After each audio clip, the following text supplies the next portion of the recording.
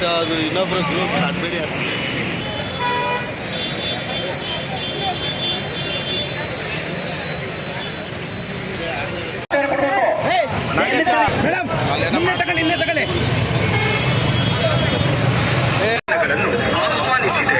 ಮತದಾರರಲ್ಲಿ ಜಾಗೃತಿ ಮೂಡಿಸುವ ಸಲುವಾಗಿ ಈ ಲೇಖನ ಸ್ಪರ್ಧೆಯನ್ನು ಆಯೋಜಿಸಿದೆ. ಉತ್ತಮ ಲೇಖನಗಳಿಗೆ ಸೂಕ್ತ ಬಹುಮಾನವಿರುತ್ತದೆ. ತಮ್ಮ ಲೇಖನ 200 ಪದಗಳಿಗೆ ಮೀರಿರಬಾರದು.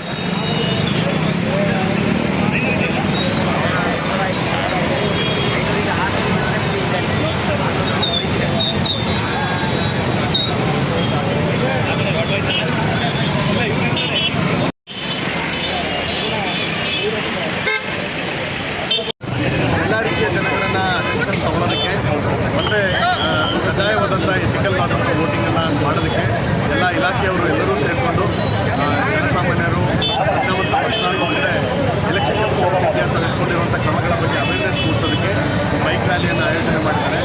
ನಾನು ಮತ್ತು ಕಮಿಷನರ್ ಮತ್ತು ಎಲ್ಲರೂ ಕೂಡ ಸೇರಿಕೊಂಡು ಆ ಬೈಕ್ ರ್ಯಾಲಿಯಲ್ಲಿ ಯೂತ್ಗೆ ಅಟ್ರಾಕ್ಟ್ ಮಾಡೋದು ಮತ್ತು ಎಲ್ಲರಿಗೂ ಕೂಡ ಏಪ್ರಿಲ್ 26 ಚುನಾವಣಾ ದಿವಸ ಅನ್ನೋದನ್ನು ಮನವರಿಕೆ ಮಾಡೋದಕ್ಕೋಸ್ಕರ ಮತ್ತು 7 ಗಂಟೆಯಿಂದ 6 ಗಂಟೆ ತನಕ ಮತದಾನ ಇರುತ್ತೆ.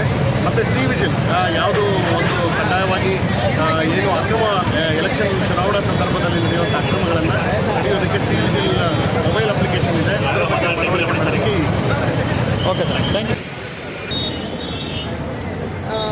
ನಾನು ಮತ್ತು ಡಿ ಸಿ ಅವರು ಇಬ್ಬರೂ ಕೂಡ ಜಾಯಿಂಟಾಗಿ ಒಂದು ಸಭೆಯನ್ನು ಮಾಡಿದ್ವಿ.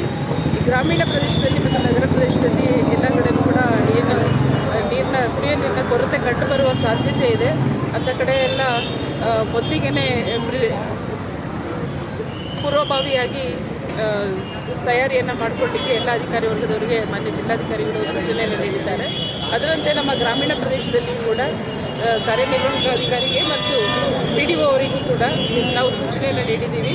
ಮತ್ತು executive engineer water supply, AWE water supply ಇವರೆಲ್ಲರೂ ಕೂಡ ಸಕ್ರಿಯವಾಗಿ ಎಲ್ಲ ಕಡೆ ಫೀಲ್ಡ್ ವಿಸಿಟ್ ಮಾಡಿ ಎಲ್ಲೆಲ್ಲಿ ಕುಡಿಯೋ ನೀರು ಕೊರತೆ ಬರ್ತಾ ಇದೆ ಅಂಥ ಕಡೆ ಇಮಿಡಿಯೇಟಾಗಿ ಅದಕ್ಕೆ ಪರಿಹಾರ ಉಪಾಯಗಳನ್ನು ಮಾಡಬೇಕು ಅಂತ ಹೇಳಿ ಅವರಿಗೆ ಸೂಚನೆಯನ್ನು ಕೊಟ್ಟಿದ್ದೀವಿ. ಅದರಂತೆ ಅವರು ಆ್ಯಕ್ಷನ್ ಪ್ಲ್ಯಾನ್ ಕೂಡ ಮಾಡಿಕೊಂಡಿದ್ದಾರೆ. ನಾವು ಕಂಟ್ರೋಲ್ ರೂಮನ್ನು ಕೂಡ ಜಿಲ್ಲಾ ಪಂಚಾಯತ್ ಮತ್ತು ತಾಲೂಕು ಪಂಚಾಯತಿಗಳನ್ನು ಕೂಡ ತೆಗೆದಿದ್ದೇವೆ.